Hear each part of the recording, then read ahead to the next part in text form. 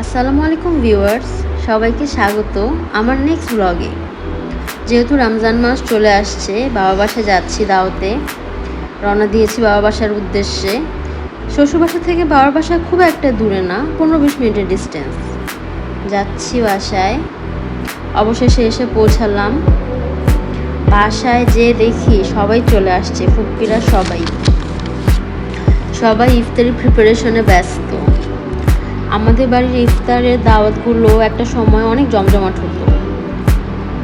এখন তেমন একটা সবাইকে ইনভাইট করা হয় না, কিন্তু আগে অনেক মজা হতো।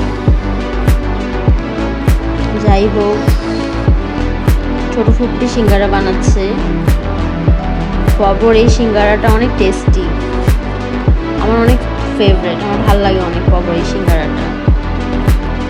সিঙ্গারাটা বানানো হয় মুগ ডাল, আলু, গাজর, পেঁয়াজ, মরিচ দিয়ে কেবল বানানো হয়, তাও এত মজা হয়।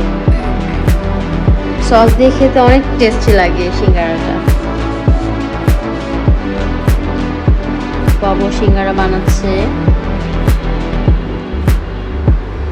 সুন্দর করে শেপ দিচ্ছে।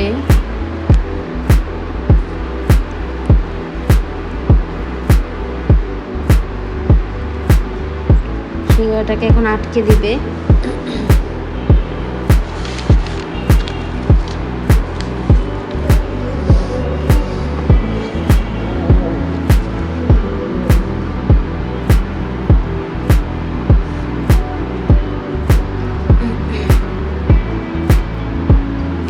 বাবা সিঙ্গারা বানাচ্ছে।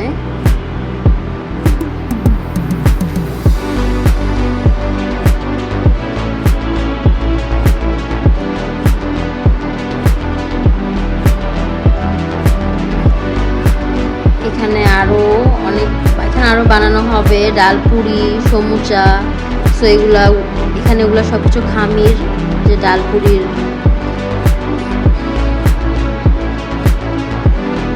এবার পাবো পুরি বানাবে, ডালপুরি।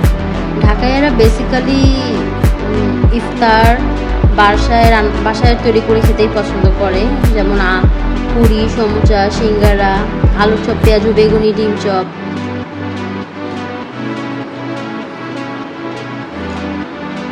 বাবা পুরি বানাচ্ছে। আম্মুর হাতে ডালপুরিটা অনেক টেস্টি, আমার কাছে অনেক ভালো লাগে। অ্যাকচুয়ালি এখানে সবাই কাজ করছিল, আম্মুও কাজ করছিল, পবও কাজ করছিল, আমি শুধু পবর ক্লিপসগুলো নিচ্ছিলাম। পবর ডালপুরিও অনেক টেস্টি।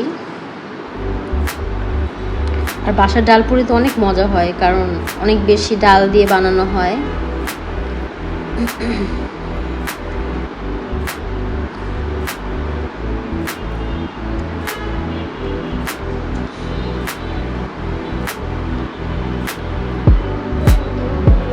ডালপুরি বানাচ্ছে।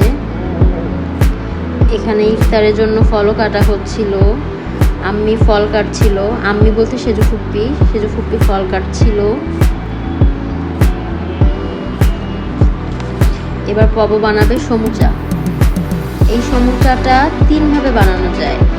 একটা হচ্ছে গিয়ে পনিরের, একটা হচ্ছে গিয়ে মিষ্টি সমুচা, আরেকটা হচ্ছে গিয়ে এই যে এভাবে 3 ভাবে বানানো যায়। আমার কাছে তো পনিরের সমুচাটা বেশি ভালো লাগে। পনিরের সমুচাটা জিলাপি দিয়ে খেতে অনেক বেশি টেস্টি লাগে আমার কাছে। আর পনিরের সমুচাই আমার সবচেয়ে বেশি ভালো লাগে 3টার মধ্যে।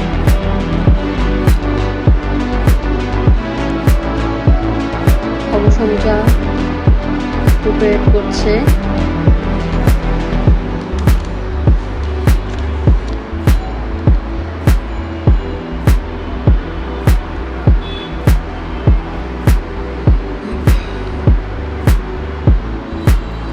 পবর বানানো শেষ সমুচা। তাই বসে বসে সব দেখছে এবং বেচারা রোজা রাখছে। এদিকে আশফি শরবত বানাচ্ছে। পবর টেবিলে সব খাবার সাজাচ্ছিল সুন্দর করে, আপেলগুলোকে এত সুন্দর করে ডেকোরেট করেছিল।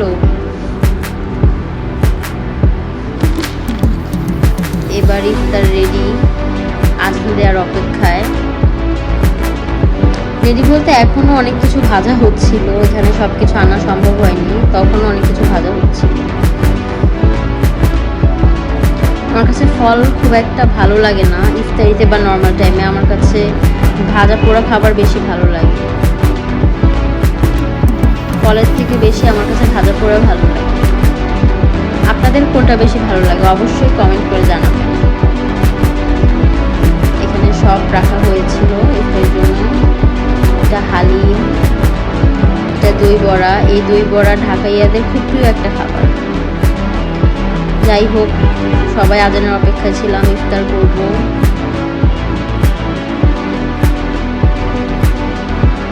ইফতার শেষ, এবার সবাই গল্পে ব্যস্ত, ফুটপিরা সব।